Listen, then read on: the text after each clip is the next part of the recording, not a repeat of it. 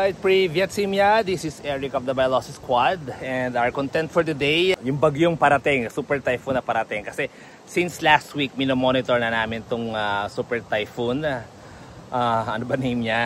But anyway, so minomonitor namin siya since last week kasi alam namin na baka malaki ang maging damage nito dito sa resort. So, as makikita nyo, ito yung itsura ng bagyo.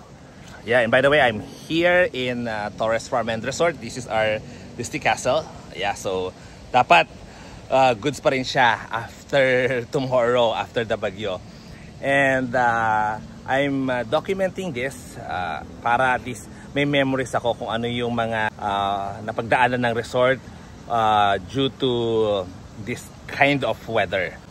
At least alam namin yung mga ginawa namin at yung gagawin namin after the bagyo at ano yung mga magiging damages. Kaya praying and na hindi siya maging ganong kalaking damage sa whole Philippines, not just for the resort but for the whole Philippines, and hoping that yung Sierra Madre maprotektahan talaga tayo na hindi maging ganon yung ay masugpo. Diba? Okay, so pupunta muna ako sa car para mailipat ko yung mga sasakyan ko dun sa area na medyo safe.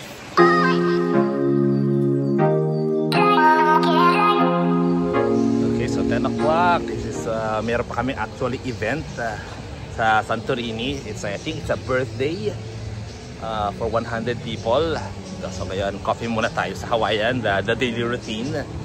Open din sila pero siguro baka may lunch time. After lunch, mag-close na rin sila. Okay, so ikot muna tayo sa buong resort para to check like yung mga kambing, yung mga aso, kung well protected sila. So nakita ko naman, nakakadaan ko lang na lahat ng kambing namin nandun na sa isang na-enclose na namin sila, tapos nilagyan namin ng mga trapal para just in case na makasong hangin, mas okay.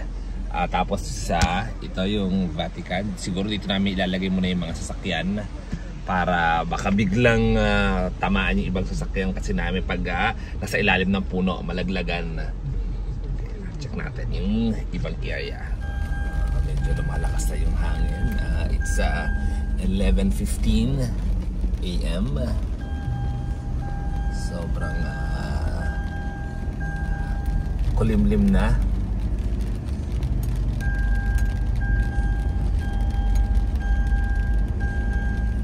Pag-install din namin ng amusement rides. Tinigil din muna namin ngayon. Kaninang umaga nag-install pa yung Chinese engineer, pero since nakikita niyang malakas ang ulan, pinag-day off niya na muna yung mga staff. Malapit na.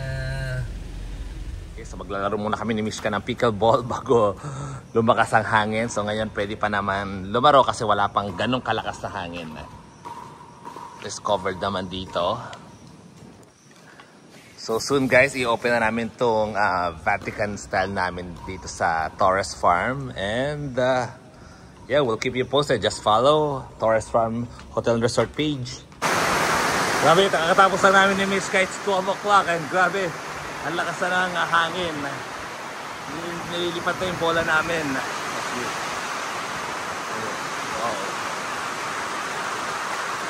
Oh, come on. Take it to us, storm.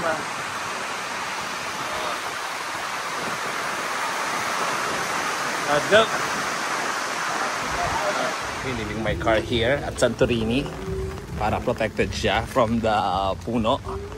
May event pa rin ngayon dito sa Santorini. Right, let's go back.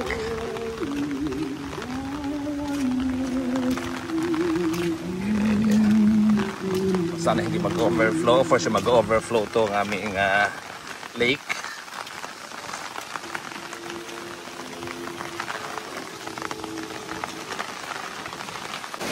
Oh, yun na. Ang lakas ng ulan.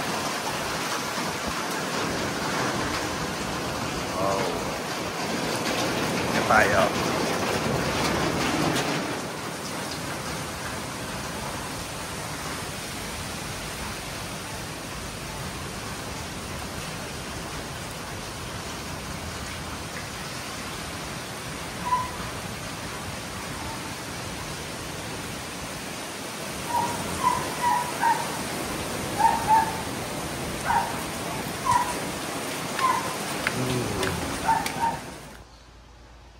So habang nasa loob lang ng kwarto ang mga kids, I'm making them toasted bread with sugar and butter. This is my favorite when I was young, and now it's their favorite. How's the bread? It's good. It's good. Daddy, you're making a video. Daddy, you're making a video of us eating bread. Yeah. No. That's good. So it's 8 p.m. Grabe, lakas na ng ano. Wow.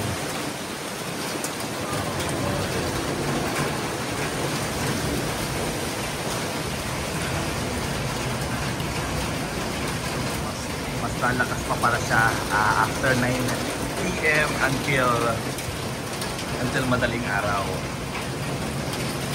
Sana wala masyadong magindan. Oh.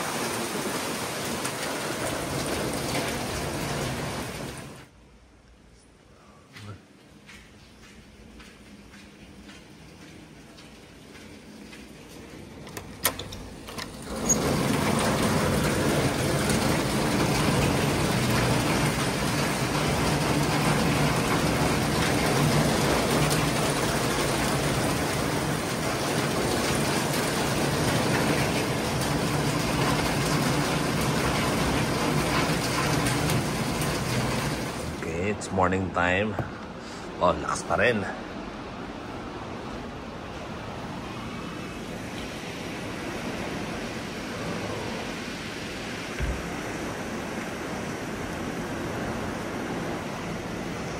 Okay, pag tumilat-tilat, check natin mamaya ang resort. Ano yung naging epekto niya sa malakas na ulan sa malakas na hangin kagabi.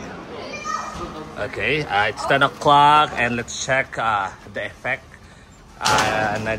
ginawa ng bagyo kagabi. So far, ito na, may araw na. Yan, so maraming mga branches na mga which is not that bad. Okay, let's go. Okay, yan, dito na yung cleaning crew. Tanungin natin kung may mga bumagsak na puno. Morning! May mga bumagsak ba mga puno? Ano naman sir, puro sanga-sanga lang po. Sanga-sanga lang. Ikutan po namin ng cost ng pati sa may budget kami. Okay. Sa cost namin puro mga sanga-sanga. Oo, okay. Sige. Ikot tayo. Ayan, ano. Sarado ngayon ang resort. So, mga staff ko, mga nag-ano ngayon for cleaning para bukas ready na kami to operate again. Okay, so ngayon lilibutin natin ang resort kung ano yung naging after effect nung super typhoon kagabi. And nababasa ko kanina sa news, very thankful kami doon sa Sierra Madre na parang siya yung ay ng bagyo. Parang nalusaw dahil ng ating Sierra Madre. Kaya nga hoping walang magtayo resort doon sa area na yon. Okay, and ito ginagawa ko to kaya ako nagdo-document. I-post in YouTube kasi parang naalala ko kung ano yung mga major disaster na nangyayari, tapos nababalikan namin ano ba yung ginawa namin sa resort para hindi maging malaki yung damages. Kaya yung mga tent namin, pag alam namin may super typhoon, talagang tinatanggal namin lahat muna ng mga lona para kinabukasan mas konti yung mga damages. So ngayon titingnan natin kung ano yung mga mapibigat na nangyari. Baka possible may mga na-uproot na kaming mga puno, and hoping wala naman. Kaya tara, samahan nyo ako para libutin yung resort ng after nung super typhoon kagabi.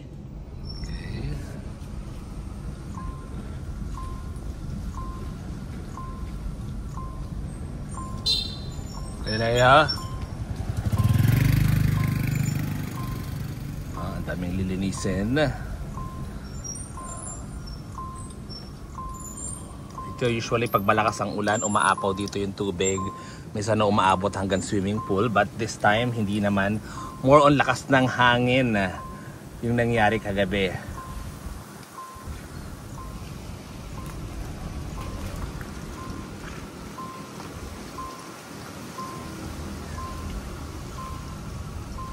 Malalaman namin mamayang gabi kung kamusta yung mga yung Christmas lights namin, kung may na-damage ba.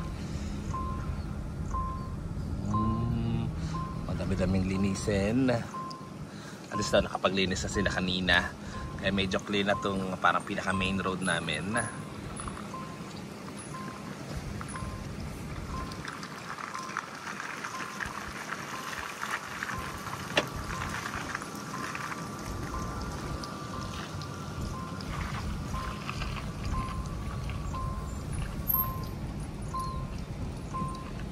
Kamusta? Ano meron?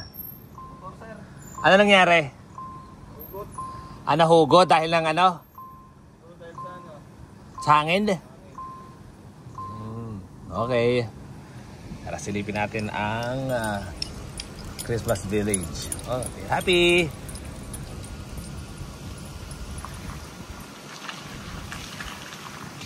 Ayan, mga natanggal.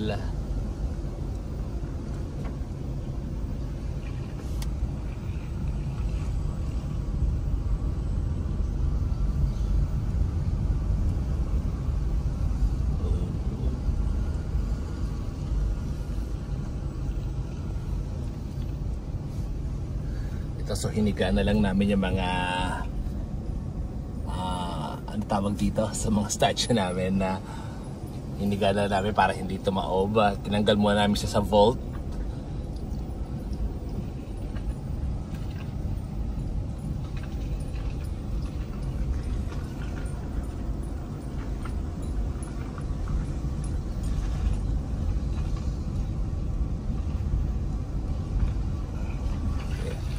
Yan, ito naging safe din yung pagtanggal namin ng mga lona sa mga tent namin. Ito ang sinasabi ng pinsang ko at kapatid ko na itong Burj Khalifa daw is nagtanggalan daw yung mga salamin. Let's see. Yun.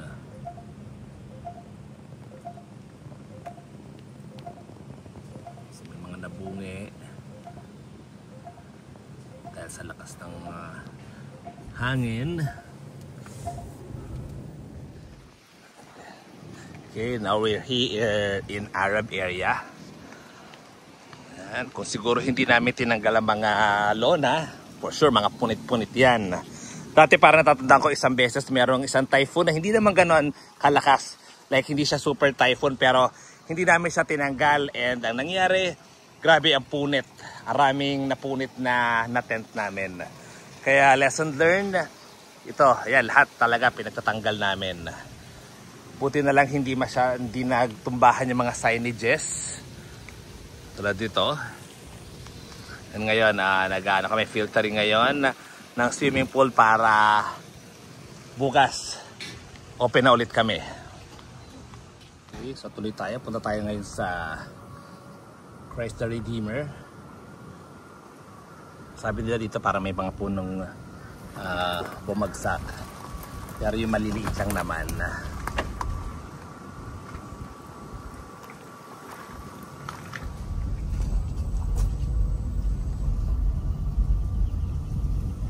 So malalaman ko mamayang gabi kung kamusta yung mga Christmas light and yung mga string lights namin, kung mga umaandar pa.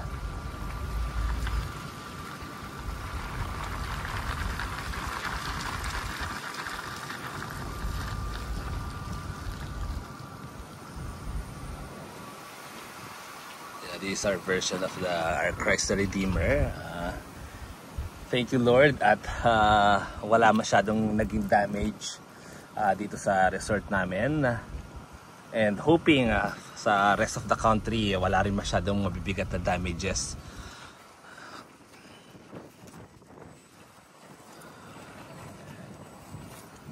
Okay. Ito yung pinapagawa namin Vatican inspired na covered court. Goods naman yung mga bubong hindi lumipad.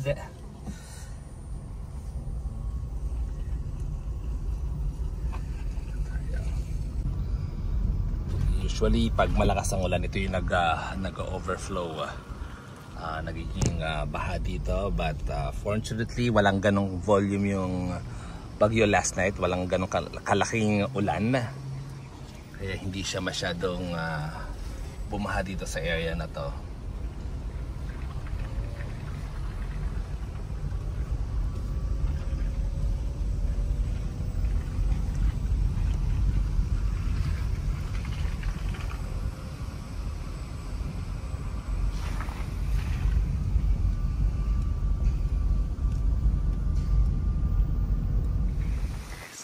Isa sa mga punong na-pull out.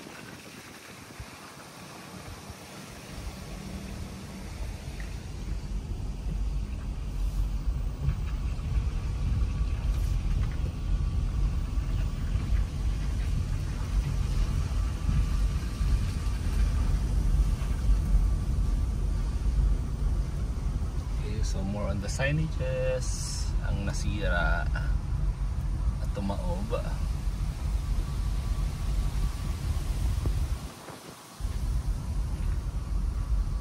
yung area ng amusement rides na ginagawa namin. So tigil din yung kanilang paggawa.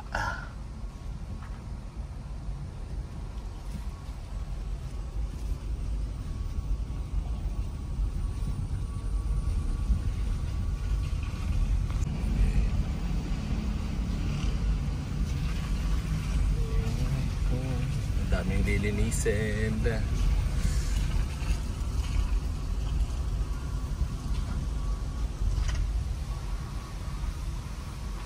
yung Legoland namin. Ito yung isa sa mga pinakamaraming mango trees. So tinis food ngayon ng mga staff.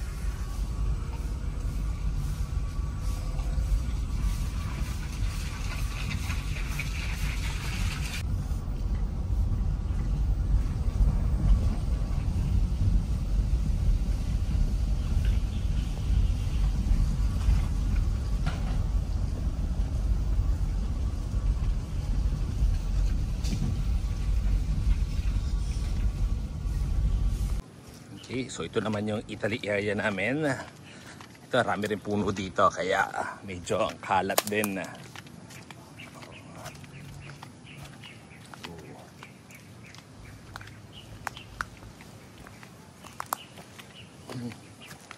least our Leaning Tower survive.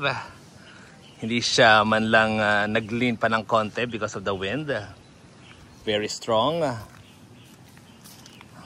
Nga lang, ayan, daming lilinisin para bukas back to normal na kami. Okay, so thank you for watching our vlog and stay safe everyone. Bye guys.